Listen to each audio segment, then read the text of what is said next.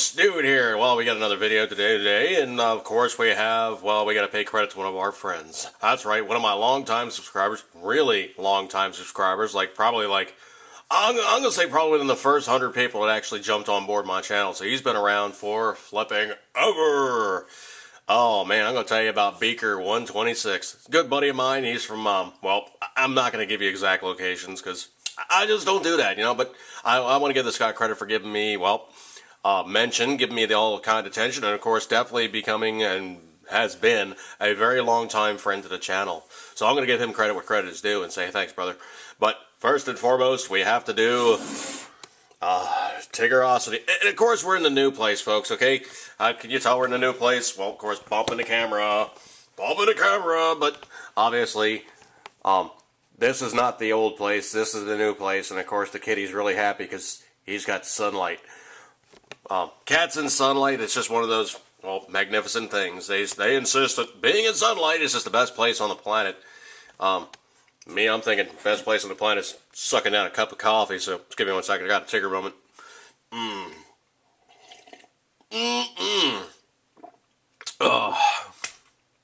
Got the Korg over here now, so I'm a happy camper. Alright, so let's break it on down. What do we got? Well, let me get the overarching view just to make things better. Of course, bumping the camera again. I'm still getting used to this setup, folks, so you got to give me a little license on that one. Let's see. Easiest way to do this, probably, yeah, let's just do this angle right here. I'll do the overarching view. Crank this puppy on down so I can see what I'm doing because I have a desk. Okay, of course, I got a box here. Of course, it's been edited. Unfortunately, it was one of the times where I was away, and of course, it got rained on, but I do believe the contents are safe. The only thing I did was really just, I popped the seal to make sure it basically was, not getting too waterlogged, but it did get wet, but it's okay, I believe. So let's pop this sucker open and see what we got here. First and foremost, we got a note. Okay, hang on 1 sec. Yeah, you guys can't read this. Okay, but it's terrible. And it's also written in scribblese. Mike, bro, thought you'd like these. A little steel for your collection. Hopefully the grips work for your CZ75. Cool. Bought them for my P9, but the P9 is a little off spec for them. You can see the cuts in the grip frame. Enjoy. Congrats again on a new home or new house.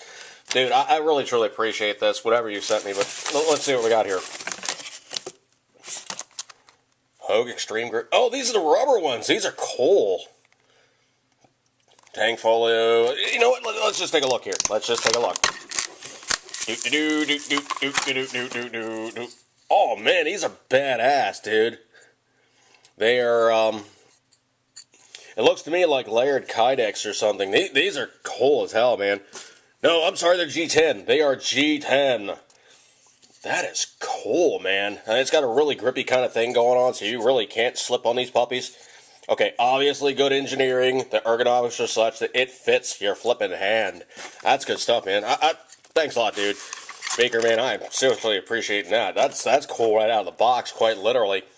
Box of Hogue Extreme goodness. Let's see what else we got. We got plastic wrap. And, I'm really, climbing on top of this thing. Let me back up just a little bit here. Obviously, box is not needed. Box can go bye-bye.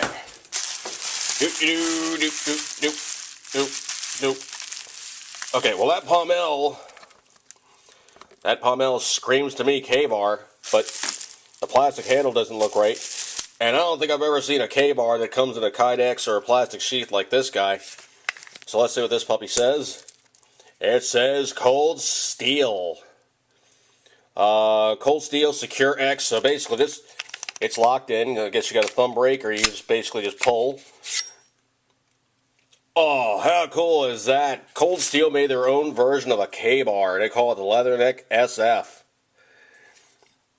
Okay, obviously it's made in Taiwan. The Taiwanese make really decent stuff, folks. Okay, I'm not going to blow off the Taiwanese. By and large, like when I say the Tasco videos, definitely the Chinese is junk. The Japanese is the best. The Taiwanese is a good happy medium. Okay, let's see. It is not dull, okay? It is not dull. I don't know if it's up to the true spec of usual cold steel, but let's just do a quick check here. That's not dull. That is not dull, folks. It's not usual cold steel where you pick it up and you basically get bit in a heartbeat, but that is not dull. That is really, really not dull. Okay, I got good transition from base to about 3/4 of the way up. So this thing does cut. I'm going to cheat a little bit here. I'm going to cheat just a little bit. Okay, so basically paperweight, it doesn't really work so good. But if you do the classic angle cuts, you know, where you basically take the blade and you kind of cheat it by angling it, scalloping the edge a little bit, it does actually cut pretty well. Now, in terms of the actual cut itself, it's not as clean as could be. So this thing definitely needs a little bit of a touch-up. But you know what? Right out of the box, factory edge, that is not hateful. That is definitely not hateful. And it's really kind of cool because you look at this thing, you got a couple of screws here. I'm going to put it away before I whack myself. But it's really kind of cool because if you look at this, it's got 2 screws on the front. And it's got 2 rivets on the back, or basically riveted in pieces that are threaded sections. So basically you can, let me sit down again. I'm having a little bit of back spasm thing. Hang on one second here. Owie. Not good. Okay. So like I said, basically you can take this guy, you can drop it down this one, you can drop it down this one, you can flip it over one end here. I don't know so much that the thumb brake is going to work per se, but you know what you could do is you could flip this guy over and you could click it onto itself, or you could snip it off, or you basically could just then take it out of service. But this is pretty cool, isn't it, man? Because you got Velcro, you got a snap on the back. So it's actually pretty good engineering. I mean, you basically have, for all intents and purposes, a fairly universal unit. Or you could just take this thing off entirely and hang it upside down, because you do have slots for your MOLLE gear. I'm noticing there's a lot of manufacturers are really doing this stuff now. I can get this bubble wrap out the way. A lot of manufacturers are really jumping on the bandwagon with this stuff. They're realizing that MOLLE gear is, well, it's standard issue. And it's also very easy to deal with because MOLLE gear is always 1-inch strapping. So if you got 1-inch strapping, you pretty much have universal fit for just about anything. Or if you're, well, a member of the military, you know that pretty much you can fix anything in the military with, of course, 90-mile-an-hour tape, which would also be known as duct tape, or you can fix it with chute cord. That's one of those things you learn very, very quick in the military, is you can fix just about anything with duct tape or chute cord. So I'm going to say right off the bat, this is a pretty cool piece of kit. Where am I going to hang this guy? You know what? In my world of entirely too many knives, I could hang this thing on the back of my desk. I mean, right now my desk has got nothing. I mean, there's literally nothing here. I basically have my monitor. I got a few speakers. I got a little organizer. Of course, I got my ball when I'm doing my podcasting and stuff. And it's basically just, it's a blank slate. Unfortunately, the little cubby holes are starting to get filled up with crap, so I'm going to have to go through there and figure out who stays and who's going. But I got a me room, so a lot of this stuff does not need to stay down here now, and I can put it up in my own me room and go from there.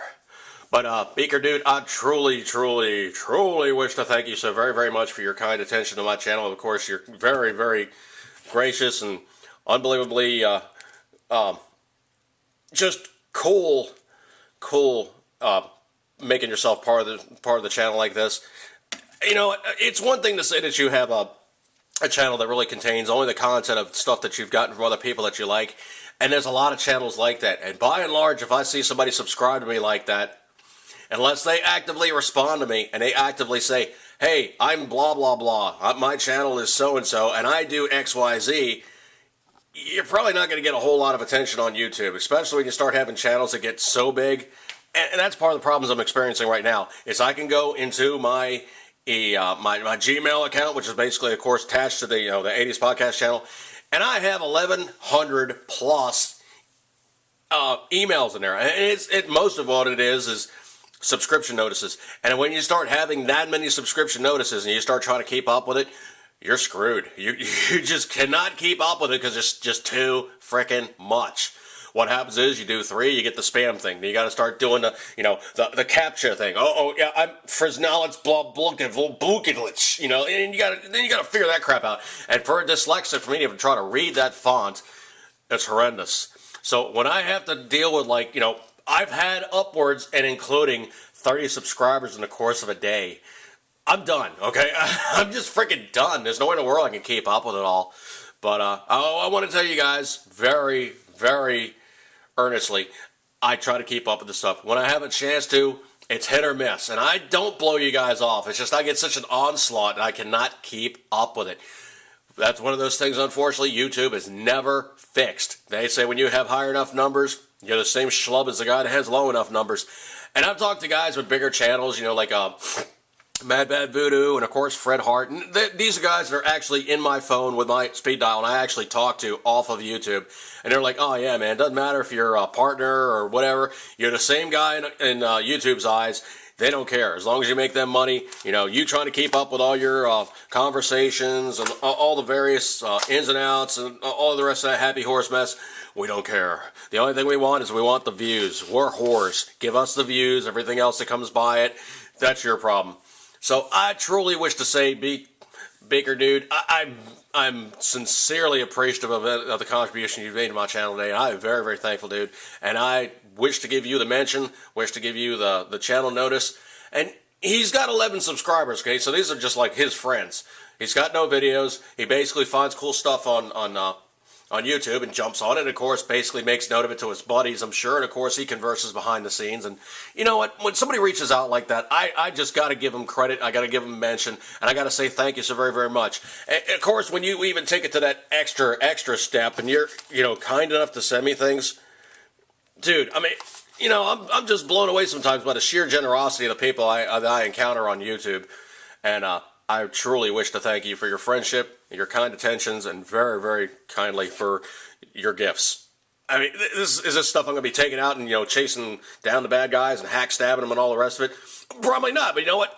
If nothing else, I can put this on display and say, hey, check this out. Here's a K-bar. Look, here's Cold Steel's example of a K-bar. And I love doing stuff like that. You basically show, the progression and the evolution of things. Now, of course, you'll have guys like Nas4 going, I broke a K-bar. It's like, dude, you also broke a Busey Battle Mistress. Of course you would break a K-bar. Ugh. Check out his channel sometime. Nas is amazingly abusive to knives. He's the guy that the guild guys absolutely hate because he breaks their stuff. Oh, that wasn't scientific testing. He goes, no, that's real world testing. Deal with it. Baker, dude, I thank you very, very much. And of course, here at 80s Podcast Channel, we could say, you know what? Eat good, keep it a 10 ring, and as always, shooting this sucker in HD. Good times.